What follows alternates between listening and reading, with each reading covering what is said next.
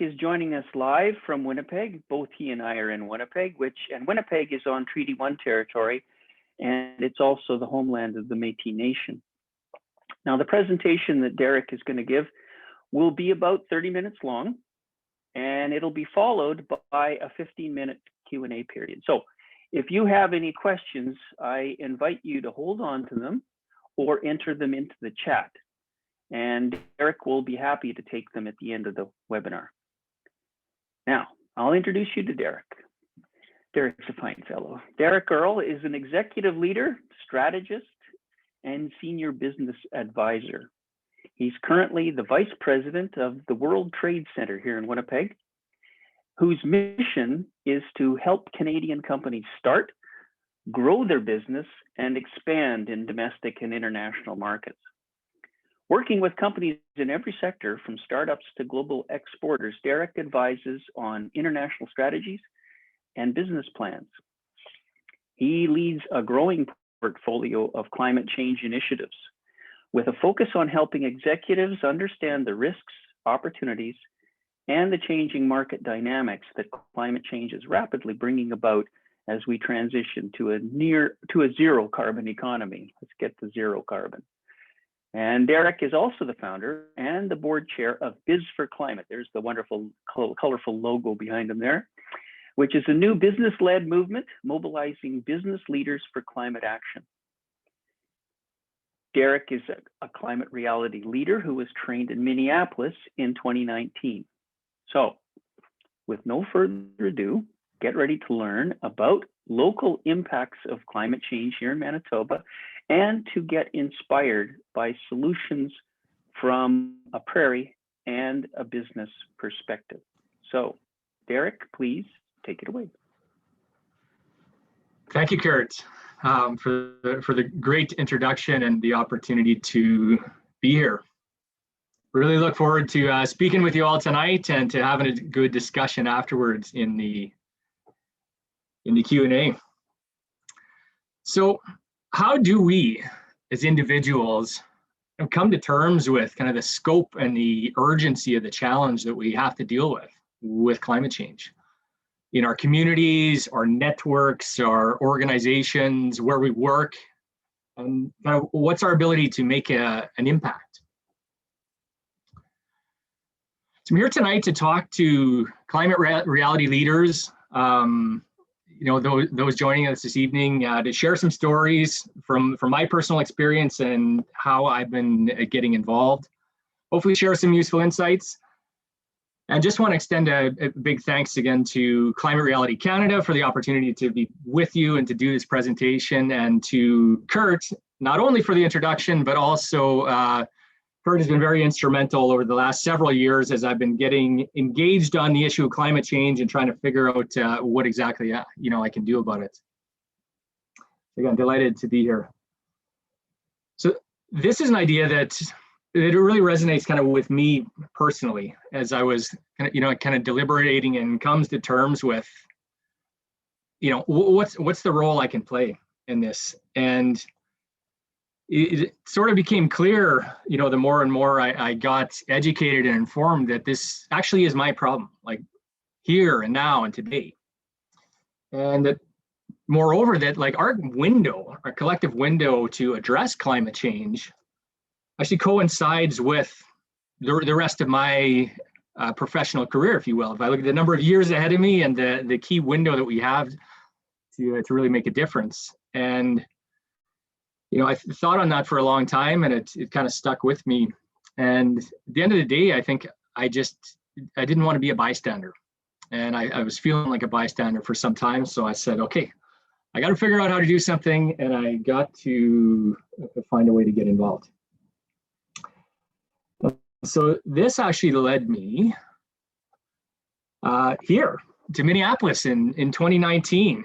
And I had learned about this climate reality leadership core that Al Gore was doing these trainings around the world, and kind of said to myself, okay, if this comes near to somewhere to my city, I should really take a look at this and see if I could see if there's an opportunity to attend. So a couple short weeks later, 2-3 weeks later, I see the announcement. It comes across my desk that it's happening in Minneapolis. So from Winnipeg to Minneapolis, we're a 7-hour drive or so, and it's okay. This is my opportunity. I better sign up and get down there because short of actually hosting it here, that's probably as close as it's going to get. And so, so there we were, back when we could do this sort of gathering in person. And you'll see me way in the back there, easy to spot. But so it was actually a fairly impactful experience. I really noted the onstage presence of Al Gore being there, the amount of time he spent on stage with us, personally kind of delivering the training and going through the presentations. And a real particular highlight was a fireside chat with the author Thomas Friedman, a columnist and a writer. They had a one-on-one chat, a real highlight, and shared a lot of kind of deep reflections that kind of stuck with me about like how do we actually go about bringing some of the change that we need to see, and how do we influence those levers of power to not only talk about the ideas that we need to move forward, but to actually get that translated into policy and actually get that translated into changes. So I really kind of took away a lot of insight from that. And also the message was around like the importance of each of us sort of doing what we can within our networks, and where can you make an influence? And in my case, this is business. I've been 15 plus years, been working very closely with the business community. I have a tremendous network, work with all work companies, have an opportunity to have a lot of conversations with business owners and executives. And so that became my focus. I started to look at, how do we engage the business community to be more involved in climate solutions? How do we mobilize business leaders? How do we have people more interested and engaged on this to promote the sort of action that we want to see on the climate front, and hopefully make a bit of a difference and put a dent in this thing if we can. And I've also been seeing through a lot of conversations over the past few years that it seems to be that some of the perceptions and the appetite for change is changing, and it's starting to be perceived differently as a business issue. And that's a good thing, I would argue, for climate action, and we have an opportunity to do something here in this window.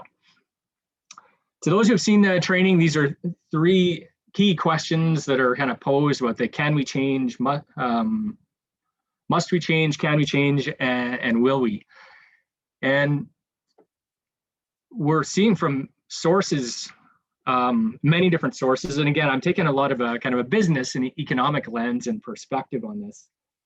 But from sources like the Bank of Canada and the Supreme Court, if you followed in the news with the ruling on the carbon tax, has just identified the extent that this actually is a significant and grave risk. So I think that idea is fairly well established. There's also a lot of solutions out there. If you're not familiar with Project Drawdown, it's a tremendous organization that's identified all the scientific solutions and the whole pie chart of all the different pieces that fit together to bring us to actually start to draw down the amount of greenhouse gas. And so they have this terrific program out there, this Climate Solutions 101, a great and easily accessible series. But the point being is that the solutions are there. So we sort of know the things that need to be done. But it's this will we? And so are we going to do the things that we know we should, and how? And how are we going to sort of affect some of the change at the speed and scale? So that's where I spend a lot more of my time on kind of the deliberations around this. I'm not a climate scientist. Again, I work in the business world, but I'm pretty motivated to figure out what we can do about this. So again, in talking to companies and businesses, there's for a long time been this debate, this economy versus the environment, and I always like this cartoon. And I think this has been a very polarizing issue. And I think we've all seen that from different sides, and it's one that unfortunately, became highly politicized and rather toxic in terms of the debate, where a lot of people just don't really want to get involved. They want to kind of stay on the sidelines and I don't want to talk about climate change. But I think I would suggest that is starting to change. And I think the way business and business leaders and investors are starting to look at this issue is changing, and in ways that open up some opportunities so that there's not only this need on the environmental side, but also there are some imperatives on the business side that are pointing to the very same solutions for the economy as well as the environment. And from a business perspective, it really boils down to a framework of kind of risk and opportunity. If you're thinking of this in a seat of, okay, what does the business owner need to know, or what does the CEO of a company need to know? How are they going to be thinking about the issue of climate change? It's really kind of boils down to this idea of risk and opportunity. So we'll touch on that more as we go forward. And I also want to suggest this notion of the climate and the economy is kind of joined at the hip. It's really linked in terms of both the causes of, what's driving climate change. It comes back to the way we run companies, the way we run the economy as a whole. But the solutions are therefore also linked.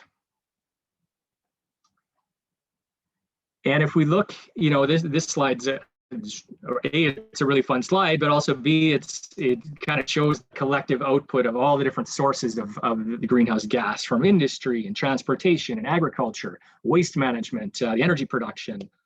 Of course, the burning of fossil fuels is as part of that, but it's this whole kind of collective output of the way we run the economies. It's all contributing to that, and each of those have their role to play. So getting at the solutions requires changing and reconfiguring the way we run our economies as well. So that's entirely linked. But the output, so having those greenhouse gases, the basic of the science that goes into the atmosphere, traps more heat. That's causing the global warming and also the kind of destabilizing of the climate as well as the changing climate. So that risk framework talked about risk and opportunity. Like if a business owner is looking at this, we're talking about largely about extreme weather and the sort of impacts those can have, but also changing weather patterns as well. In our region, this photo came from further south in Kansas, but in Manitoba, this is something we see and deal with on a more frequent and severe basis, and that's something we could anticipate going forward. The wildfires we've seen in Canada. I was out in BC vacationing with my family and my parents and visiting them out in Penticton 2 years ago in 2018, and I believe that was the year. But the fires we had out there, we saw all the smoke and the images in Vancouver, and that carried right across the prairies, the air quality. And even this one, interestingly enough, for us here in Winnipeg, often referred to as a winter peg, and sometimes fondly so, and sometimes less fondly so. But so we are well equipped as any city in the world, I would argue, for 4 seasons and extreme weather, and we deal with snow every year. We've got long winters. We have lots of snow. We've got the fleets. We've got the crews that can deal with all this stuff. But a snowfall like this in October, before the season changed, before the leaves have dropped, caused a lot of damage, terrible damage to the tree canopy through the city. Power outages in a lot of the provinces because that's a different and changing sort of weather. So even with that, we were stuck with a $100 million estimated cleanup bill. So from that business economic perspective, there's a lot of infrastructure that's fundamental to how the economy runs, and which is increasingly at risk and already starting to cost, estimated in the trillions already in terms of what we're experiencing today. As an example on the business side, this may translate into risks towards your supply chain. For example, so if your products from another part of the world, you're bringing them in for your business, or components or products you're selling in your stores, etc. We might not have a certain type of risk here, but perhaps the region where you're sourcing from is at risk of typhoons or flooding themselves or disruption in transportation. And all that has costs and carries risk for business. And there's also the idea of the changing weather patterns. If anyone has not familiar with the Prairie Climate Center, it's a leading research center at the University of Winnipeg, and they just have some tremendous data and interactive data. You can look at the projections of what's expected to happen in this region. We're a very big agriculture region. That's huge for the economy here. It's a big export. So we're looking at more days of increased heat, fewer days of kind of extreme cold, and all that plays on what grows here. What are the weather patterns? Are we looking at more drier growing seasons, more drought?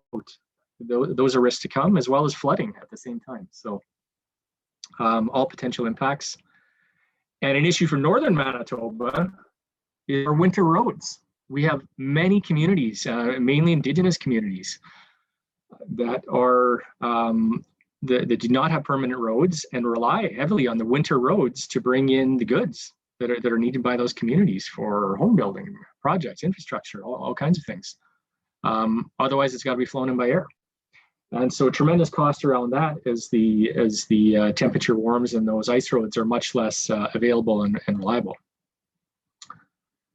So that's a number of things, like from kind of the physical, environmental risk, extreme weather type of stuff that business increasingly must and is becoming more aware of how these things interact. But there's also a whole number of things, and I'd almost say like there's a lot happening around the global policy directions as well that have implications for business. Some are new and some are emerging. The Paris Agreement was the international agreement where the countries came together to negotiate an agreement that we're going to set targets and we're going to set plans of how we're all going to start to reduce and lower our greenhouse gas emissions. And the big news recently with US President Biden being elected and having some strong commitments to saying, yeah, we are going to rejoin the Paris Accord, and we're going to, the way they're talking, want to kind of up the game a little bit around this. But the point is, and where this matters to companies, is that this does start to set some policy directions and taking cues on where the economy is going, measures that they're going to start to put in place with the intent of lowering greenhouse gas emissions. And so that has implications for different technologies, business models, et cetera. And if that's the goal to be going there, it starts to signal that a shift in how we're going to run the economies is going to follow to get in line with the climate goals. And we also have the International Panel on Climate Change, or the IPCC, who came out with a report that got a lot of headlines and attention over the last couple of years. And it talked about identified the dangers if we continue with kind of the runaway global warming, and identified these couple of targets around this notion of the 1.5 degree pathway. And so this is a common kind of reference point in terms of the goals we're looking to set, the idea around 1.5 degrees. What that means is essentially, we want to try and limit the amount of global warming to no more than 1.5 degrees, which the idea is that will give us the best chance of avoiding the worst consequences of climate change. Because it's really with us now. We're already experiencing the effects, we're living with it, but this is to avoid the best chance to avoid the worst outcomes of this 1.5 degree pathway. To get there, these are the two key numbers that it requires by 2030, so 9 years, that we were cut global emissions nearly in half, and then by 2050, that we get to what they're calling net zero, decarbonizing the economy. So this is a reaction by many of we're going to do what now? That ain't going to happen. How are we going to do that? Don't you know we need to run an economy? We got a business to run. How are we going to do that? That's what the science says, though, and that's the targets, and that's the targets in the language that's appearing in these international agreements. It's in the Paris Accord, and increasingly in targets that companies are setting on themselves. The net zero economy is, just for a definition, is that the idea of achieving a balance between the emissions that produced and go up into the atmosphere with those that are removed or kind of offset. And there's a bunch of language you tend to see around there: carbon neutral, low carbon. They mean some of the similar things, but I think net zero is increasingly the language I'm seeing in both some policy and business. So that's the background on that. And a whole other discussion for those who might have questions about, is that enough to get to net zero versus just zero?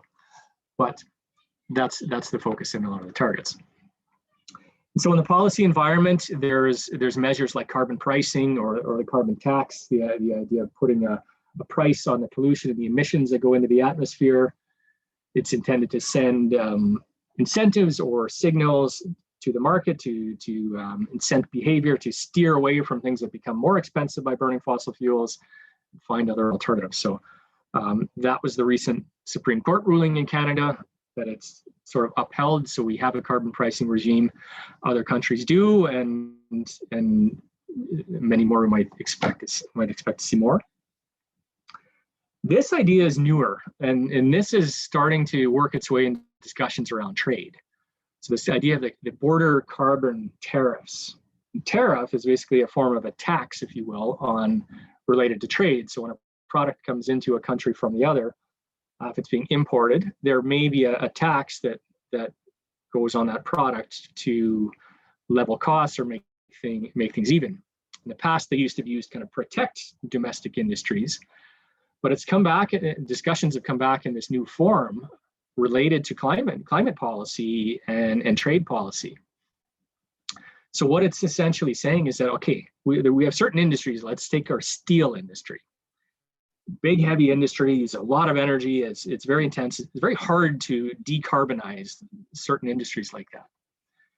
And so the idea is, if we're going to now invest in the technologies and take the measures and put in place the regulation necessary to decarbonize our industry, so either in Canada or in North America, well, we don't want to face competition coming from other parts of the world that might not have those same standards. So their product is cheaper.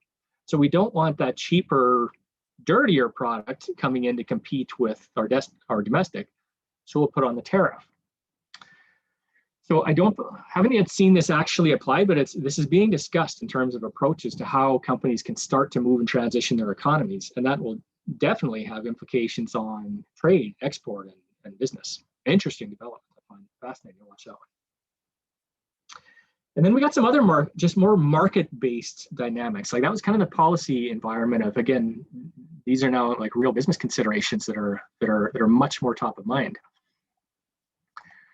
We got things like consumer trends, or consumer preferences changing, or starting to, kind of the vote with your dollar idea of, choosing products that are better for the planet, better for the environment, have a lower emissions profile, starting to ask those types of questions. We've seen the youth and the whole global strike movement and Greta Thunberg and that whole Fridays for the Future movement that got started and raised a lot of attention. Really was quite effective in kind of raising this up and got into the highest forums of the World Economic Forum and others in terms of getting on the stage to pushing the issue. But I think it's also made its way into the business community in a lot of ways. I mean, these youth were all members of families, and their parents were professionals and they're business owners. And this new activism did make its way into many households. And it's one thing to kind of tune out a faraway issue. It's another when your child is saying, Mom, Dad, I'm not going to school on Friday because I don't have a future and I need to do this for the planet and you need to help me. So that's been a powerful movement. Obviously, not as pronounced right now with COVID and all the isolation and the lockdowns, but I would suggest that it hasn't really gone away. And these are future employees. These are eventually going to be, these are going to be voters. These are going to be investors. These are consumers. So how does your product line up? How does your company and your business model? Are you somewhere that these youth are going to want to work for or buy from? This kind of leads into some of the branding and reputation issues that are out there now. There's a lot more attention going on to what business companies are in and how they go about doing business. The fashion industry gets a lot of press around it. Fast food industry gets a lot. And of course, fracking is obvious one that's always attracted a lot of opposition, and this idea of social license. There's litigation. These are trends. This is U.S., but showing the rise of climate-related litigation. So it tends to be related to projects and economic projects, policies, that sort of thing. So these are other risk factors. You now have to really think about, okay, what business am I in or will I be in, and am I going to face new legal risks or challenges to what I do? Then there's investors, shareholders in the business world starting to make choices and make declarations. Okay, we're going to call for climate action and use our financial resources to push for some change. This is starting to happen. I'll touch on this more. And it relates to the divestment movements as well, of people choosing and institutions choosing to remove carbon emitting industries from their investment portfolios. So there's this idea out there, persists quite a bit in terms of the returns from investments and clean investments. This side showing the clean energy versus kind of fossil fuel and what's been happening on that front, and even just an anecdote from my own personal retirement portfolio, modest though it may be, but been working fairly hard the last 2 years to try and to decarbonize it, if you will, and to clean it out. So making some choices and making my investment advisor work pretty hard to find me some options. And I've been getting a great rate of return. I actually got a call from a clean energy company that I insisted we invest in. I made them work hard to find me a good option, and it got 100% return over the last 2 years. So double the money on the investments. So it can be a good investment as well. And this one was just interesting. Exxon, of course, that behemoth in the stock market world, long time the top, was actually passed by Tesla this year. That was quite the phenomenon. So it just shows some of the changing dynamics in the markets. This idea of carbon neutral supply chains. So the supply chain, if you're in the business, is all the components and the products and the things that you need to produce your good or your service. So the inputs, the raw materials, the packaging, the machinery you need, all those things that go into producing what it is you do. And we're starting to see more of these types of announcements. And Microsoft being a fairly high profile one last year, where we said we're actually going to go carbon negative. So we're not going to get neutral. We are going to take out the equivalent of every bit of carbon that we put in since we founded in 1975. And so I said, we're going to take a leadership position here, and we're kind of set the bar. And so that was the big announcement last year. But what's interesting, I find, and again, it's starting to be an issue that business owners ought to be watching, and interest for all of us as well, is that how they're going to do it, and the fine print has to do with their supply chain. And it has to do with what's called the scope 3 emissions. So there's scope 1, 2, and 3. Well, scope 3 is the emissions that your supply chain is responsible for. And so the fine print on a lot of these pledges is that how we're going to do it, and probably 70 to 80% of how we're going to do that, is through our supply chain. So we're going to start asking our suppliers, or demanding of our suppliers, that they reduce their carbon footprints if you want to continue to do business with us. This is a new dynamic, I would suggest, and this believe me, this captures the attentions of people. Like if you sell to Microsoft and you don't have a clean carbon footprint now, you might have an issue for your business. So you need to start thinking about how you're going to address that. And this just adds a whole nother imperative onto climate action for your business than the environmental imperative, in case that part's not enough. So corporate engagement, there's a number of these organizations like We Mean Business, and Science-Based Targets is one that captures a lot of attention, that companies are voluntarily signing on to, making commitments and saying how we as a company are going to set science-based targets. And that program actually sets plans, targets, measures, tracks for companies of how they're going to set those science-based targets, which goes back to the IPCC report, like the 1.5 degrees. So what do we need to do as a company throughout our own means to do that? And so there's more and some significant dollar amounts of corporations starting to go down this path.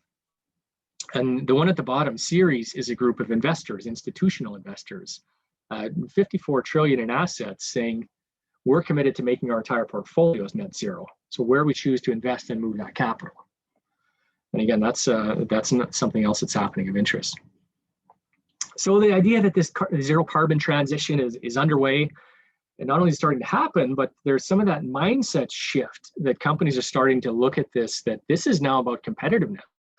This is about, we need to be, if this is going to drive innovation, and where's our growth going to come from as a company, that it's starting to be seen as more in a net zero or a low carbon economy.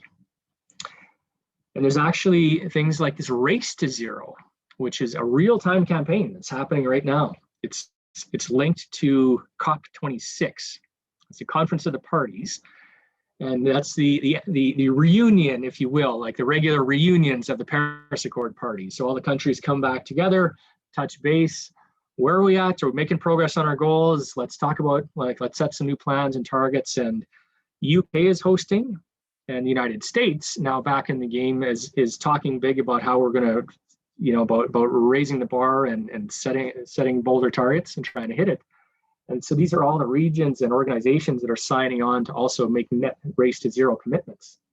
But it's not just, hey, we're going to do this. The race is on. From communities are doing it, not only because it's the right thing to do, but because they want to be more attractive for investment. They want companies to come locate here because we're going to be cleaner. We're going to be a clean, you can have clean power. Come to our community. That's a different dynamic, and that's an interesting one as well. And that's, I think there's potential around that. So back to risks and opportunities, right? So that was the framework. On the risk side, we've looked at the extreme weather, the physical risk side of it, things changing on the policy environment that a business owner is going to have to kind of navigate, and a whole new set of market dynamics that are at play. But there's an opportunity side of the equation as well in getting to a zero carbon economy and prospering in a zero carbon economy. And there's a key question. If you look at any best practices out there for business planning, entrepreneurship, startup, innovation, it comes back to this question of what problem are you solving for your customer? You'll hear that question time and time again. Well, I'd submit when it comes to climate change, there are a lot of problems that need solving, and hence these can become opportunities for innovative companies, solutions, business models to develop that and also create jobs, and build an economy that's healthier and productive and prosperous, but low carbon as well. So clean technologies, the clean tech market, here's one example just showing some of the dollar figures. These are all the products to reduce environmental impacts. It's estimated to grow. It's seen as one of the biggest areas of export opportunity for companies. So if you have a solution, there are global markets. Reason being, or part of that, is when you look at gas emissions, remember it's linked to the climate and kind of linked to the economy. You look at all the different sectors, all of these areas need solutions. There's some that exist, but there's many more. We need things that are effective and cost competitive and ideally cheaper that will just simply outperform those polluting industries. Because as much as we do want government action and we need that to steer the direction and to set the tone, businesses can be disrupted much faster by a new business model than they can by government policy and regulation. A lot of challenges though. So this idea, corporate leaders, they've woken up to this potential, and we're underway. We might still ask, have they? Is that the case? Is there greenwashing going on? And there probably is some of that. And there's some very genuine companies who are trying hard to get this right and to change practices. And then there's some that are just going to jump on the bandwagon and try and capitalize on this from that perspective. So, but I think in a lot of cases that the savvy consumer, they tend to sniff that stuff out pretty quickly. But there's other ongoing developments. There still are fossil fuel developments. There's new coal mines being planned in Canada, even though we're trying to phase out coal. So that's, it's definitely still happening. Energy subsidies. This is one that, captures a lot of focus in terms of potential policy solution, because there's still much more public sector dollars going into fossil fuel industries than into clean energy and renewables. This one was 36 times more. So that's still something that's ongoing, right? That's something that's 5.2 trillion would buy a lot of clean energy and power a lot of that transition. But sort of moving past those is just a couple of illustrations. I think to me, this sums up a lot where we're at on a lot of this. And then it's not really about what direction we need to go or convincing of a need. Even within the business community, I think there's what I've been through kind of suggests that there's some very compelling business case reasons to be doing this. But it's the speed and scale with which we need to do it. We need to cut emissions in half by the end of the century. So then how do we mobilize? It comes back to then, what do we as individuals do? How can we find a way to influence this? And this is where I want to spend my last couple minutes just talking about this new initiative that myself, along with a number of local companies, have founded as our part to try and start getting engaged on this and try to influence some of that policy environment to promote the transition.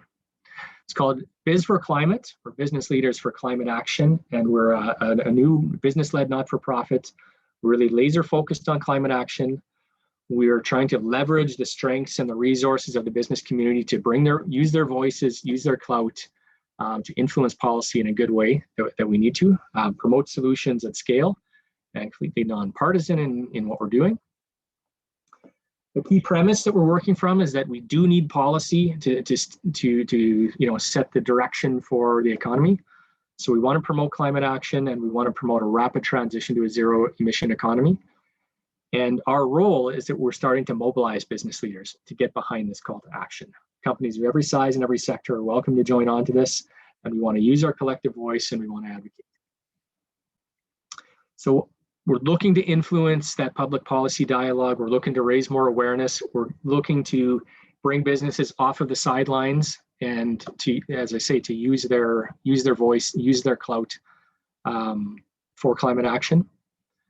So we're mobilizing companies. We want to demonstrate how much support we actually think exists out there. Because I do work with a lot of companies, have a lot of conversation. There's a lot of concern, but many are either don't know what to do. They're just on the sidelines. They haven't wanted to become a part of that debate. We saw the cartoon earlier. That's been some of the environment. But so we're trying to bring them on board, provide some education, empower them to become corporate advocates to help us along on the way, and get things moving. So how are we doing it? We got some very lofty goals. We're going to mobilize all these businesses for climate action, and we kind of want to mainstream this climate action in the business community.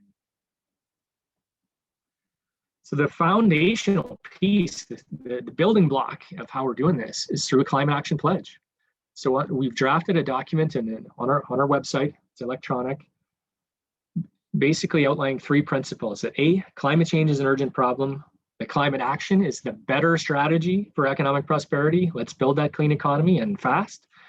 But that public policy is required to help shift that direction and to get us there with the speed and the scale that's required. So when a company signs on, they're committing to add their voice to this and to advocate and to join this collective call to action.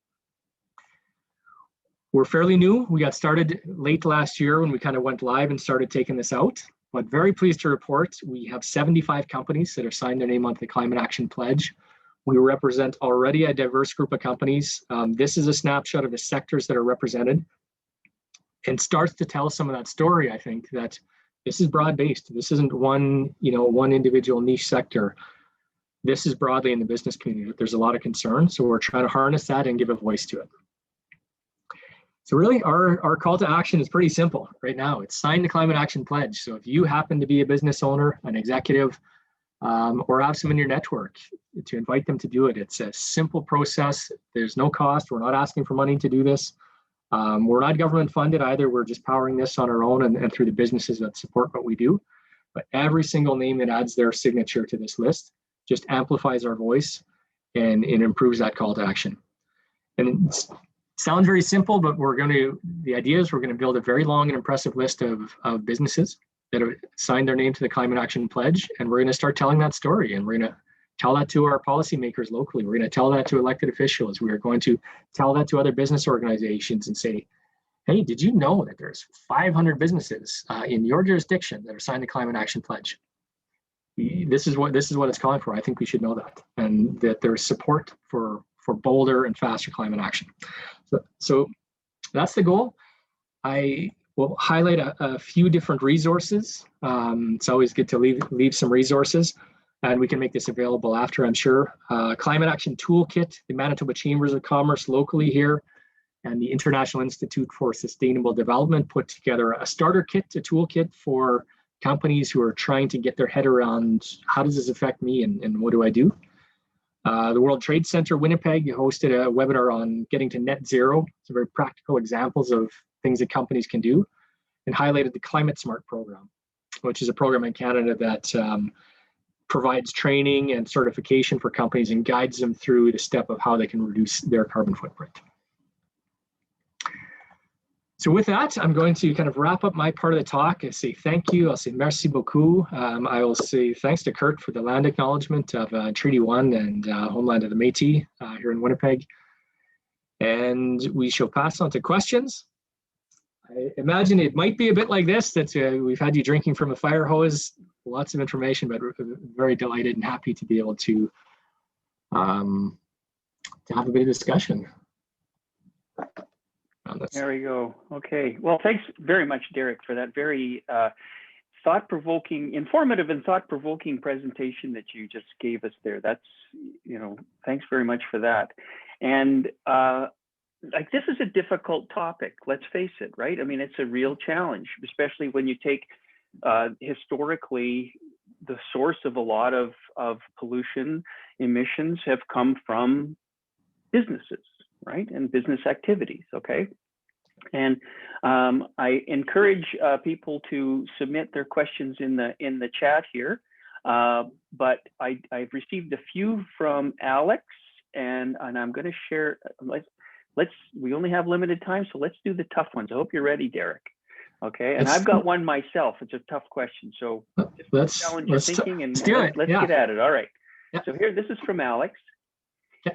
Negative externalities of production increase the cost of goods and services when they are internalized. Let's face it, right?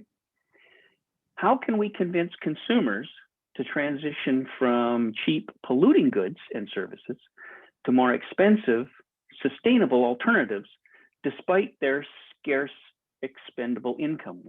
People only have so much money to spend. And typically, certainly currently, sustainable alternatives are more expensive. So out of survival, they're forced to choose the cheaper options. How do we reconcile the pathway to sustainable consumerism, if you will, to the fact that the bad stuff's cheaper? Yeah, that is a great question and a tough question. That's certainly clear. And I won't claim to have all the answers on this one, but I'll maybe just kind of set the stage on the answer with these are the types of questions and discussions that we need to be having, right? Where we can start to drill down to those types of questions and solutions. And I hope we're starting to get into that territory now where we move past you can't even have a serious conversation about climate without people getting all mad on all sides and and not being able to focus on the issue.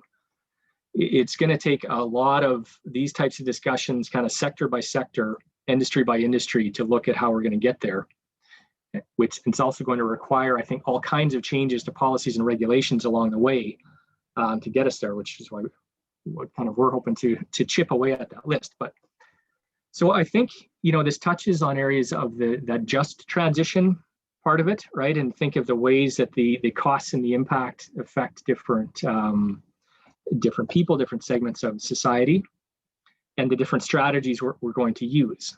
So the externalities being those costs that are not being accounted for in the system, which is that's also created some of the very polluting problems that we have, right? Because those costs are not accounted for.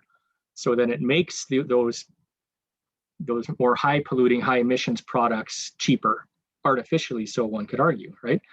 So that's part of what sets the environment. So to just put it on the consumer to say, well, now you have to bear the cost of these higher producing products until such time as the market just transitions away, that's hard to do, especially those who are at the lower end of the income stream. So it comes back, like, how much can one do in terms of at the consumer individual level versus what needs to be done a little bit more systemically. And I think there's a comment from Carl here that in the chat that he thinks that you actually answered your question when you spoke of the border carbon tariffs. To a certain extent, at least, the border carbon tariffs put all products on at least imported products on a level playing field. It won't necessarily cover So it doesn't resolve the overall problem of products in general being more expensive, because it's not going to lower the cost of something produced locally. That's going to raise the cost of something produced elsewhere, right? So that may be part of the toolkit. Some of it may be having those industries internalize those costs. Some of the carbon pricing regimes with the rebate, some of the idea behind the rebate is that it's not, the industries and those that are using the fossil fuels pay the most into the tax, but then rebates go back to consumers to help offset some of those cost increases. That's maybe a part of it. But there's also or they could go to industries to help them to shift away from fossil fuel dependent processes, stuff like that. So there's revenue recycling opportunities from the carbon tax revenue. And there's also certain issues, and this wouldn't solve it for everyone, but the ability for local and small business to compete as well. When there's a more level playing field around this, and then the smaller producer actually can be more competitive and then create more local and entrepreneurship type of opportunities as well. And there's also an aspect of scale, like when sustainable alternatives are just getting started, the costs are high. As time goes on, like talk about LED light bulbs, for example. Like when they first came out, they were $30 a bulb or whatever it is, and now they're a couple of dollars. They're really much more affordable. So there's also that factor, is that as time goes on, the sustainable alternative gets some advantage. So there's a lot of conversation that can go on relative to this question, because there's for sure. It's such a huge topic, right? It's such a huge complex problem.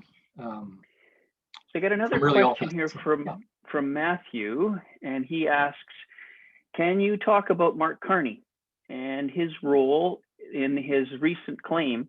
He says that corporate leaders need to get on board with climate action or prepare to go out of business. What do you think of that? Yeah, I think that's some of the ideas that I was talking about in terms of this kind of investor and shareholder action and activism, even if to a certain extent, where you have these big investment funds, these asset managers, BlackRock. Larry, think of BlackRock in the United States, get some press around that of saying, we're going to direct our investments to clean alternatives. And I think that's the same type of idea that Mark Carney's talking about, both from his role in central banking world, but now also in the private sector. And he's one that's really, I think, tried to push that conversation, raise a lot of that awareness, and make this a core strategic and business issue, to try and get that out there to boards and to CEOs and executives, that this has to be top of mind, like, strategy for your company of how you're going to navigate this, and that the world that the transition is on, right? And actually the race is getting on. So now it's not only do you need to do it for the environmental reasons, but that the business world is moving on and going elsewhere. So if you want to be competitive, all business owners, all economies want to be competitive, where are you going to be competitive? And that's, you know, shall I Yeah. pull out the Walter Gretzky quote about the it's where the puck is going. That's where it's going, right? Yeah. Maybe, And like how it far, also how does, fast. But and it helps when you get someone with credibility like Mark Carney that is taking the leadership and poking the business community from a credible perspective. So. Well, absolutely. That helps change that conversation, right? And that's also something that we want to do with Biz for Climate, is have many more, business owners, companies coming down the mainstream and saying, yeah, we all agree that this is an urgent issue. And so it helps when you get a community of business owners that are all thinking this way and talking this way. So I got another tough question for you. This is from me. Okay. All right. Are you ready for this? Okay. Yeah. So you work for the World Trade Center, Winnipeg, which is talking to a lot of clients that are involved in trade. And for the last few decades, the economy has become dependent on globalization, whereas we're talking a lot about localization. Yeah. How do you reconcile those two? Is there a way to reconcile those two, or are they always and forever in opposition? Well, I think what we're seeing is that the whole notion of globalization is really under scrutiny, and things are changing for a variety of reasons. Like, I think it was losing its luster prior to COVID and prior to even the climate change discussion around this. Some of the inequality around things, some of the effects that we're seeing, that it's a bit of an idea that it had gone too far, to beyond what it was, the benefits it was trying to do. So GDP rises, but all the other standards of well-being drop. Right? Yep. So I think that was being challenged. I think COVID has, highlighted some of the, some of the lack of resilience. There's a lot more talk of resilience in the business and economic world now, in terms of we need to think about access to supplies, access to vaccines, but it's kind of married with a resurgence around interest in local and solutions. So I think there's always going to be a need and a role for trade. In Manitoba, we are big ag producers, so there's, the food security is a global issue. So we need to do things like that. But maybe there's some recalibration that's starting to happen to relocalize things that can be done locally.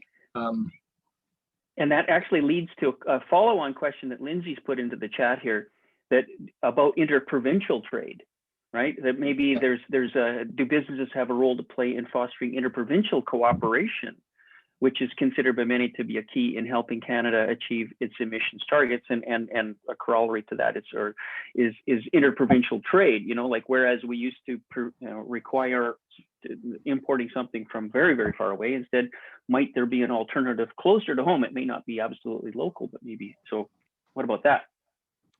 Yeah, no, I would agree.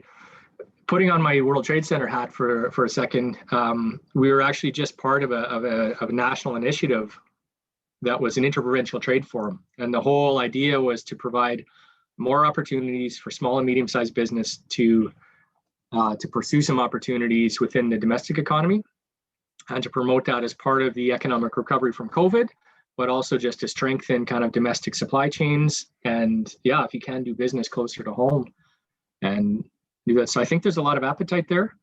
There's still a lot of interprovincial trade barriers that are very unfortunate. They really hurt the economy. They're very inefficient things. All kinds of regulations around that. So those are other trade-related issues that affect us, and sometimes, unfortunately, do make it easier to do business, to export and do business abroad than within our own country. And that's an ongoing issue. But I think that is part of the mix and the solution, right? Around. And there were a couple of other ideas that I'm gleaning from the chat here and the questions. They're great questions. The idea of subsidies that are counterproductive, right? Eliminating subsidies and transferring and adding like this is to go back to that question about the externalities, right? There's alternatives to, because we already have subsidies for oil and gas exploration, even though we have got 5 times as much already known than we can burn, and we're still having subsidies for further exploration. So shifting that to subsidize clean energy, etc. So there's that opportunity, and just an idea here of talking about interprovincial barriers. There's also opportunities when it comes to interprovincial electrical distribution, like Manitoba potentially having an east-west grid rather than all north as well. There's project advancing between Manitoba and Nunavut as well about extending a hydro line to the communities in Nunavut and due north of us. There's complexities to that one, Derek. We'll have to talk about that one. But anyway, there are. I said there's talks. We're almost at the end of the hour here, so there's one more fairly easy one here, because it's again from Alex, and I'd like to get to all Alex's, but we don't have time. But that is to do with greenwashing. You touched on it slightly, very briefly, but do you anticipate a surge in greenwashing, and how can we combat it as consumers? Yeah, I think greenwashing can actually, I think it can merit quite a discussion in and of itself, in terms of, it's more complex than it seems, right? So the most crass kind of level is that companies just, putting a coat of paint on something they're doing, and trying to put a little spin on it. Maybe the plastic bottles where the cap goes from this to this, and like the eco bottle. So I think there's a bit of a dilemma, right? Because we need the business community to get on board to transition the economy, right? We need to transition the whole economy. That doesn't happen without businesses and investors. And so you have a lot of very genuine folks out there who are trying to figure out what to do, and then they're having to put up their capital and their dollars to try to figure out how we pay for all this stuff. Some, I think, are very genuine. Some are going to be at that end of the spectrum that there is a certain amount of greenwashing. People just try to ride on the coattails of that and make a buck along the way. That's hard to combat, but there's this group in the middle where, this delicate balance between companies that want to do more, maybe want to be public, maybe want to set some goals, but are very concerned about being criticized for greenwashing, because they're maybe not seen to go far enough, or they don't quite have it right, or they're trying to make their way through this as well. And so we don't want to be, I think, trying to discourage companies from trying to set plans and actions and figure out how they're going to do that. Yeah. So that's the other. But you want them to be genuine. Yeah. Okay, we're almost at the end of the hour, so I think we'll move on. If you want to share your screen there, we'll do these last few parting slides so that we can talk to before we wrap up, so that we want to leave people with some concrete solutions and programs they can get involved with, whether or not they're trained climate leaders, or whether they are trained climate leaders or not. So let's get going here with. If you want to share the screen there. Am I not sharing? I don't think so. You're not seeing it? Okay. No.